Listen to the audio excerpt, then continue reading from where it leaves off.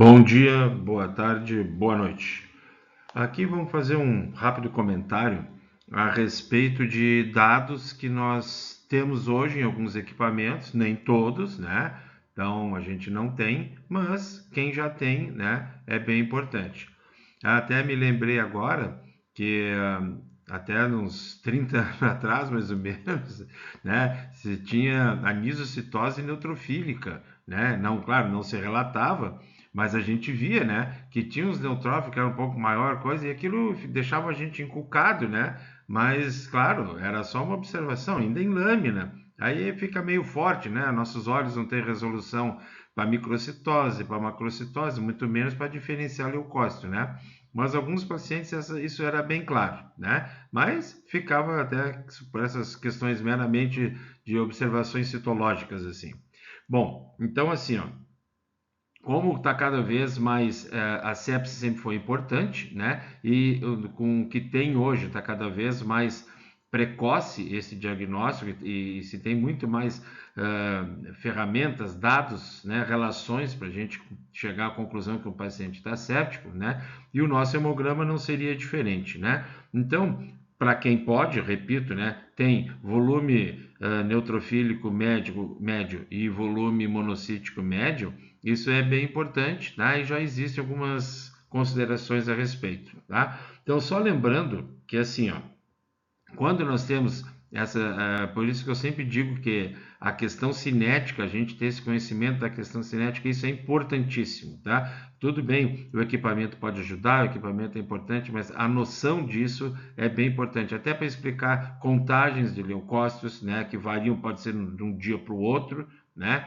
Então, essa parte cinética é muito importante. E aqui também, obviamente, é uma questão cinética, que quando há necessidade, conforme o tipo de citocinas que estão circulando, elas vão fazer com que certas linhagens de células vamos dizer assim, a necessidade com que essas células se aumentem em número e não está se levando tanto em consideração a qualidade, ou seja, qualidade no sentido de estar pronta, de estar madura, né? Então, o que a nossa medula faz? A nossa medula libera células que ainda não estão, vamos dizer assim, com o potencial de maturidade medular pronto, elas liberam antes. Então, a gente vai ter células que são já, vamos dizer assim, já poderiam ser consideradas maduras, né? Então, mas elas ainda não, vamos dizer assim, não terminaram seu ciclo de maturação e elas vão ser liberadas da medula antes, né? Então, por isso que a gente tem esses dados aqui,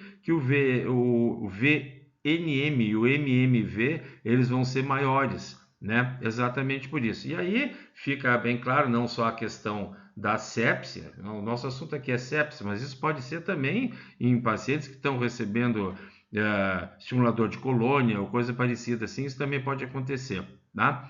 E chamar atenção aqui, ó, 60% dos pacientes sépticos com mais de 65 anos falecem, quer dizer, pô, é um dado assustador, né?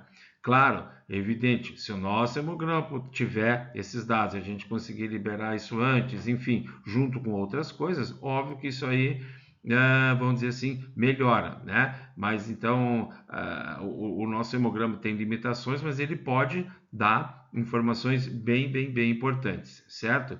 Então, assim, ó, eu quero chamar atenção só para isso, tá? Que esses dados são bem importantes, relativamente novos, né? Só poucas automações que tem, mas então se a gente puder usar isso aí é melhor, tá? Então existem na literatura várias relações com isso, né? Com outras substâncias, com outras citocinas, enfim, mas a gente então, né, tá lá no laboratório, né? Nós não estamos sabendo de nada disso ainda. Então a gente tem esses dados aí, então isso é bem importante de ser liberado. Tá? Então, assim, o volume neutrofílico médio e o volume monocítico médio, eles estarão aumentados, né, em pacientes com esses quadros aí, e esse percentual é importante que se libere, ou esse volume é importante que se libere, tá bom? Obrigado, então, até mais.